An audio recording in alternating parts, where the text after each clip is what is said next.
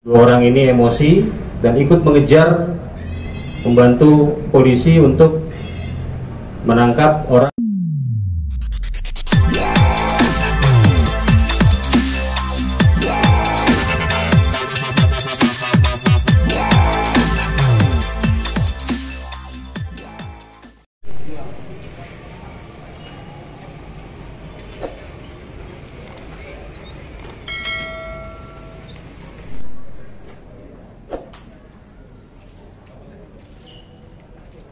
Yang kami hormati Bapak Ketua Harian Kompolnas, Pak Irjen Pol Purnawirawan Benny Mamoto, yang mewakili Bapak Kabid Propam Polda Metro Jaya, Pak Wakapolres, Pak Kapolsek, dan Kasat Reskrim jajaran Polres Metro Jakarta Barat, rekan-rekan media Pokja Polres Metro Jakarta Barat yang saya hormati dan saya banggakan.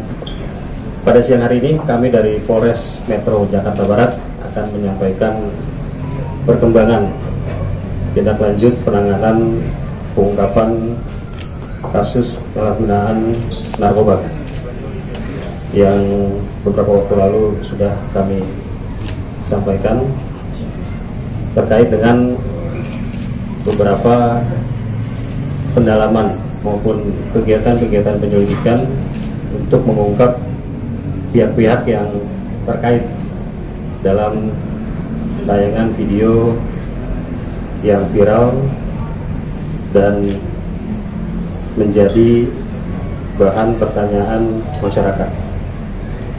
Pada kesempatan ini kami akan menyampaikan informasi bahwa setelah dilaksanakan rangkaian kegiatan penyelidikan terhadap pihak-pihak yang terlibat di dalam peristiwa kekerasan yang dialami oleh asisten ataupun driver dan juga pelaku penyalahgunaan narkoba atas nama S, jadi berhasil mengamankan dua orang. Yang pertama atas nama RP alias Ucok, umur 26 tahun, alamat Jalan Pesing Koneng, RT 9 RW 2, Kedoya Utara, Kecamatan Kebonjeruk, di mana pada saat kejadian yang terekam dalam video, yang bersangkutan menggunakan jaket warna hitam dan helm warna hitam. Peran pada saat peristiwa itu menjambak rambut tersangka penyalahguna narkoba atas nama S dan memukul bibir tersangka dengan menggunakan tangan kanan. Kemudian yang kedua atas nama I alias Busuk, umur 32 tahun, alamat Jalan Setiakawan, Duri Pulo, Kecamatan Gambir, Jakarta Pusat.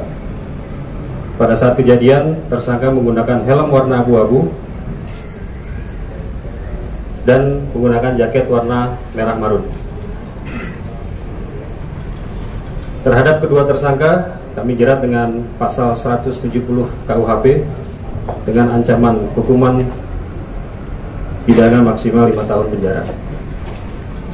Dengan telah diamankannya dua orang warga masyarakat yang terlibat di dalam peristiwa pemukulan dan juga mencaci maki dengan menggunakan kata-kata kasar, apa yang saya sampaikan di rilis yang pertama bahwa memang yang melakukan tindakan pemukulan dan juga intimidasi adalah bukan anggota Polri, bahwa yang bersangkutan adalah warga masyarakat yang kebetulan melintas di jalan pada saat terjadi aksi pengejaran, di mana dua orang tersangka ini juga merupakan korban karena yang bersangkutan diserempet dan ditabrak oleh pelaku, sehingga dua orang ini emosi dan ikut mengejar, membantu polisi untuk menangkap orang yang melarikan diri tersebut.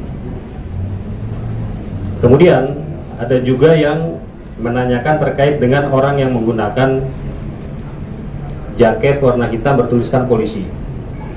Setelah kami turunkan seksi Propam Polres Metro Jakarta Barat untuk mendalami hal tersebut, sudah kami dapatkan bahwa yang bersangkutan adalah anggota Polsek Kalideres atas nama Bribda ABP, yang kebetulan pada saat yang bersangkutan lepas dinas selesai melaksanakan piket fungsi reskrim di Polsek Kalideres dan akan pulang ke rumahnya di wilayah Jakarta Utara.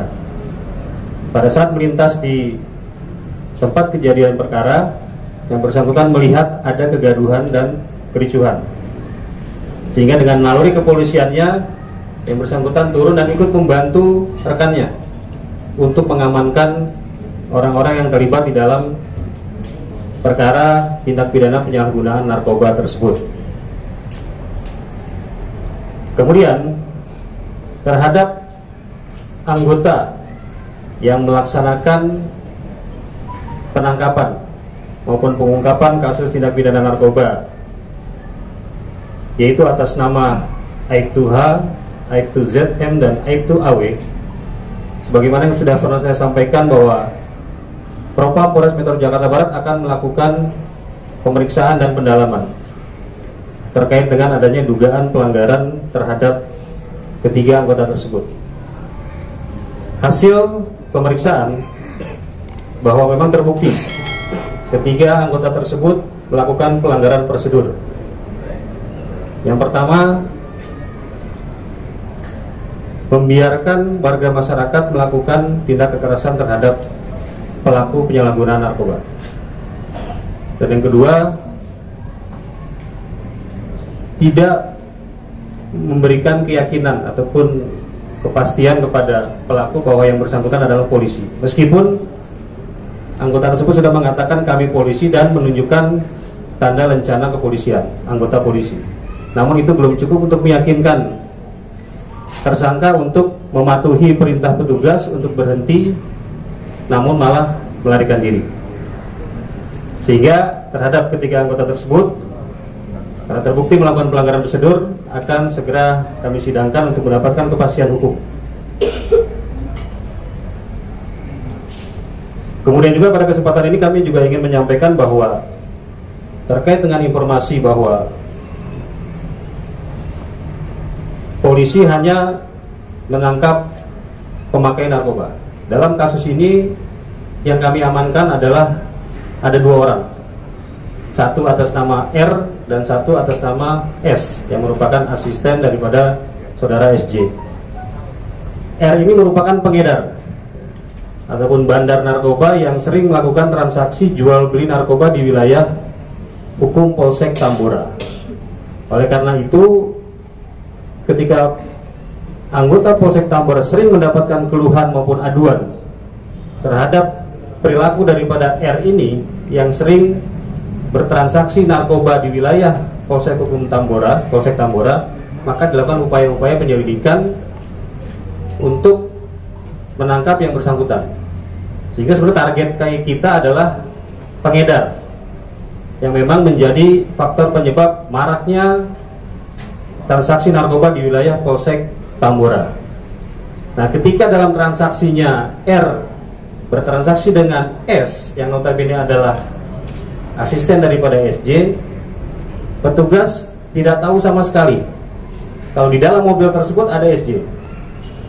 Dan berdasarkan pengakuan dari tersangka atas nama S, kenapa dia ketika sudah diberitahu ada polisi dan diperintahkan untuk menepi, tapi dia malah berusaha untuk melarikan diri dan menabrak para pengguna jalan lainnya.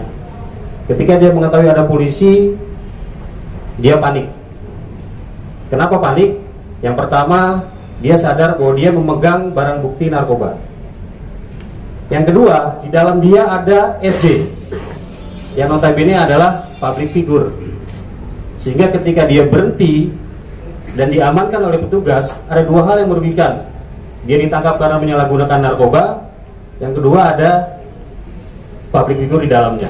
Itulah yang membuat dia nekat untuk melarikan diri sampai menabrak beberapa orang, bahkan ada sampai yang terluka. Sehingga keterangan-keterangan inilah untuk sekaligus kami perlu sampaikan supaya informasi ini jelas. Dan kami pun juga berusaha untuk setransparan mungkin melakukan rangkaian kegiatan penyelidikan, tidak hanya mengundang pihak internal, tapi kami juga mengundang pihak eksternal.